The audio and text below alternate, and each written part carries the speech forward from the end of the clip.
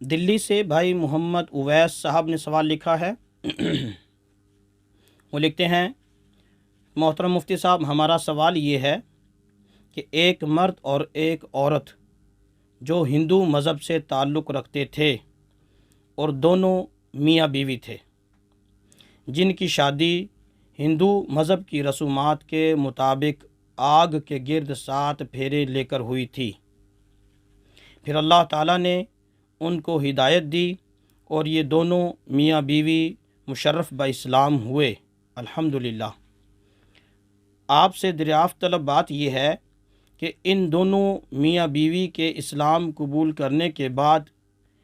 اسلام کے طریقے کے مطابق نکاح دوبارہ کرنے کی ضرورت ہے یا نہیں؟ ہم آپ کے جواب کے منتظر ہیں۔ محمد اویس۔ جی میرے محترم بھائی،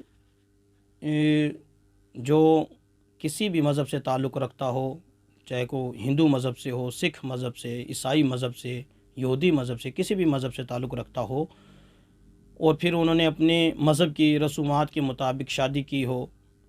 پھر جیسے آپ نے سوال میں پوچھا کہ دونوں میاں بیوی مسلمان ہو جائیں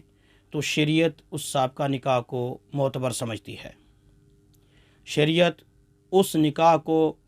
قائم سمجھتی ہوئی، بحال سمجھتے ہوئے اس کو مزید نکاح کرنے کی بات نہیں کرتی، مزید نکاح کرنے کا حکم نہیں دیتی۔ لہٰذا جن سائلین کے بارے میں آپ نے پوچھا ہے کہ میاں بیوی دونوں